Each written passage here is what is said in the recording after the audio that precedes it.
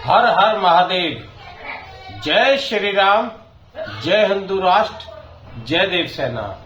ब्रिजभूषण सैनी, राष्ट्रीय अध्यक्ष देव सेना।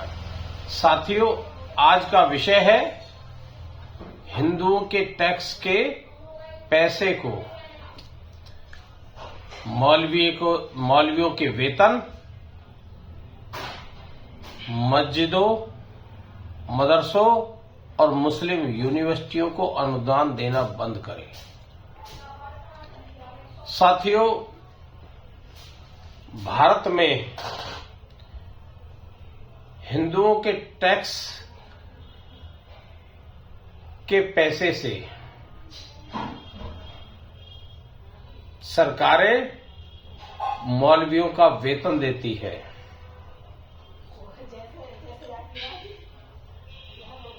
मदरसों को अनुदान देती है और वहां के टीचरों का वेतन देती है। और देश में जितने भी मुस्लिम यूनिवर्सिटियां हैं,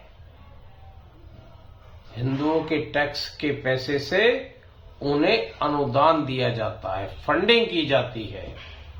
और इसके बदले जिहादी इस देश में जिहाद करके बम फोड़ते हैं, लव जिहाद करते हैं, हिंदुओं की हत्याएं करते हैं। लेकिन सरकार ने इस फंडिंग पर अभी तक रोक नहीं लगाई है, क्योंकि वास्तव में सरकार आतंकवाद को समाप्त करना नहीं चाहती। यदि सरकार वास्तव में ही आतंकवाद को समाप्त करना चाहती है तो मस्जिदों के मौलवियों के वेतन को बंद करे, मदरसों का अनुदान बंद करे, वहां के शिक्षकों का वेतन बंद करे, और मुस्लिम यूनिवर्सिटियां जो देश भर में खुली हुई है उनकी फंडिंग बंद करे। साथियों, हिंदुओं के टैक्स के पैसे से जो इन्हें फंडिंग प्राप्त होती है, उस फंडिंग के पैसे का इस्तेमाल हिंदुओं के खिलाफ ही षड्यंत्र करने में लगाते हैं। भाई, मौलवी जब मस्जिद में मुसलमानों के लिए नमाज पढ़ाता है तो उन्हें सरकार, एक देश में सेकुलर राष्ट्र है, मुस्लिम राष्ट्र नहीं है, हिंदू राष्ट्र तो भी बनाने की सोच भी नहीं रही है सरकार, फिर इन मौलवियों को वेतन क्यों दिया जा रहा है? पढ़ा वो कुरान को पढ़ा रहे हैं, तो ये बंद होना चाहिए ना। इसी तरह से मदरसों में कुरान की शिक्षा दी जाती है, उसी को पढ़ाने पर बल दिया जाता है, और सरकार वहां के टीचरों को वेतन देती है और हर बच्चे के अनुसार अनुदान देती है। क्यों भाई? किस लिए? एक मजहब को बढ़ावा देने के लिए क्यों सरकार इस तरह की फंडिंग कर रही है? और मुस्लिम यूनिवर्सिटियों को सरकार फंडिंग दे रही है जहां से जिहादी पढ़कर बड़ी बड़ी घटनाओं को अंजाम देते हैं।